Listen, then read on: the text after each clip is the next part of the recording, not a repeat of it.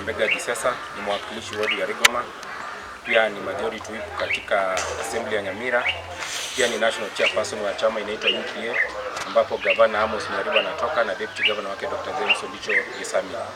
Siku iliyopita ya Tuesday kuna impeachment motion ilekwa kadhi inahusisha mgavana wetu Nyaribo na imeendelea kuendelea. Kitu ningependa pia kuuliza kama mwananchi na ambaye amechaguliwa na watu wa Nyamira na mtu wa Nyamira, ni kuuliza kuwa katika hii vita yote deputy governor wetu Dr. James Gesesa yako wapi?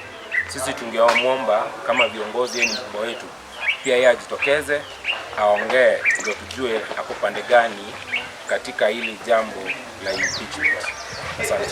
Governor Amos Nyaribo, na deputy governor na Dr. James Gesesa na mumanye teiga impeachment motion neregari ya assembly ya Nyamira against Governor Amos Nyaribo.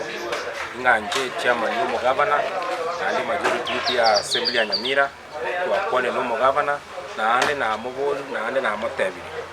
Impeachment motion yeri tigache asi assembly achero monyene usatume aba wakili ba assembly so that we respond to the issues tirere as impeachment motion.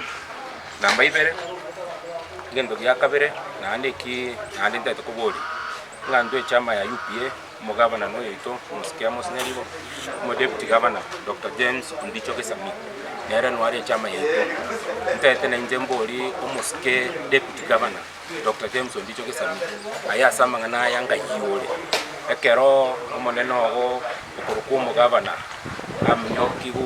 amnyoki makoriga muire ayo mo deputy governor wito Dr. James Gesesa ngayora samanga na ya impeachment igoramo naba MCA bari bataite serikali yegendeka ose igoramo naba MCA bari bare SID yende negotetea serikali y'MCA Amos Nyaribo